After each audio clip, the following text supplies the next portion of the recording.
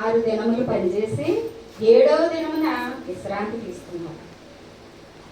అది 7వ దినము విశ్రాంతి దినమని గుర్తించాలని మనకు చెప్పారు. మనం ఏం చేస్తున్నాం? 7వ దినము కూడా విశ్రాంతి దినం నాడు గుడికి వెళ్ళకుండా మన సొంత పనులు చేసుకుంటూ మన పనులతోనే ఉంటున్నాం. దేవుడి మాటనే వినడం లేదు. అయితే సృష్టి అంతా ఆయన 5 రోజుల్లోనే కలుగు చేసి 6వ రోజుని మానవుని చేశారట. 7వ రోజు విశ్రాంతి దినముగా ప్రకటించి ఉన్నారు.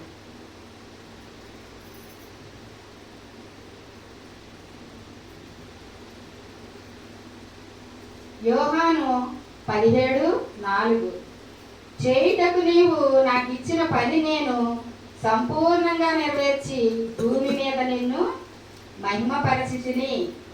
అంటే ఎవరితో చెప్పుతున్నారు మహిమపరచాలనేసి? తండ్రి అయిన దేవునికి చెప్పుచున్నారు. ఈ ప్రపంచానికి ఏం చేయడానికి వచ్చారో ఆయన ఆ పని సంపూర్ణంగా చేసి ముగించి ఉన్నారు. ఏదైనా పని మనం మొదలు పెట్టామనుకోండి, ఏం చేస్తాం?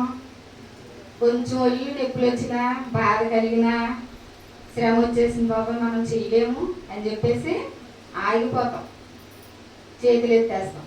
కానీ దేవుడు వచ్చిన దగ్గర నుంచి కూడా ఆయన పని ఆపలేదట, పని చేస్తానే ఉన్నాడంట. ప్రపంచానికి వచ్చిన కారణం ఏమిటంటే ఆయన ప్రపంచం అంతా కూడా రక్షణ పొందాలని ఆయన సంకల్పమై ఉన్నది.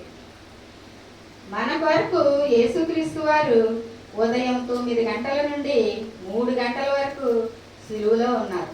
అంటే ఎన్ని గంటల సమయంలో ఉన్నారు ఆయన? 6 గంటల సమయం ఆయన సిలువలో ఉన్నారండి.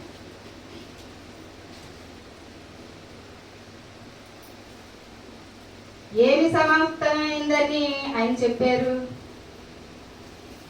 ఏమి సమాప్తం చేస్తున్నారన్నారు? రక్షణ యాగంలో అన్ని సమాప్తం చేశారు. ఈ శిలువ యాగంలోనే మానవాళికి రక్షణ. ఆనాడు విజయం లేకపోతే రక్షణ లేదు. బోధించుటలో సమాప్తమైనని చెప్పారు. బోధించుటలో అంటే సువార్త బోధించుటలో సమాప్తమైందని చెప్పారు.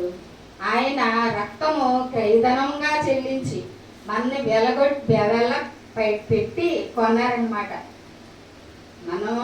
మన రక్తం అయితే ఇస్తామా? అలాగే ఆయన రక్తం కాబట్టి మనకి, ఆయన పరిశుద్ధుడు కాబట్టి పరిశుద్ధుని రక్తం మనపై చిందించబడాలి కాబట్టి ఆయన మనని వెలపెట్టి కొనుక్కున్నారు. వెలపెట్టి కొనుక్కున్న ఆయన మనం ఏం చేస్తున్నాం? దూరంగా చేస్తున్నాం. ఆయన దగ్గరికి మనం వెళ్ళకుండా, ఆయన మాట వినకుండా మనం ఉండిపోతున్నాం.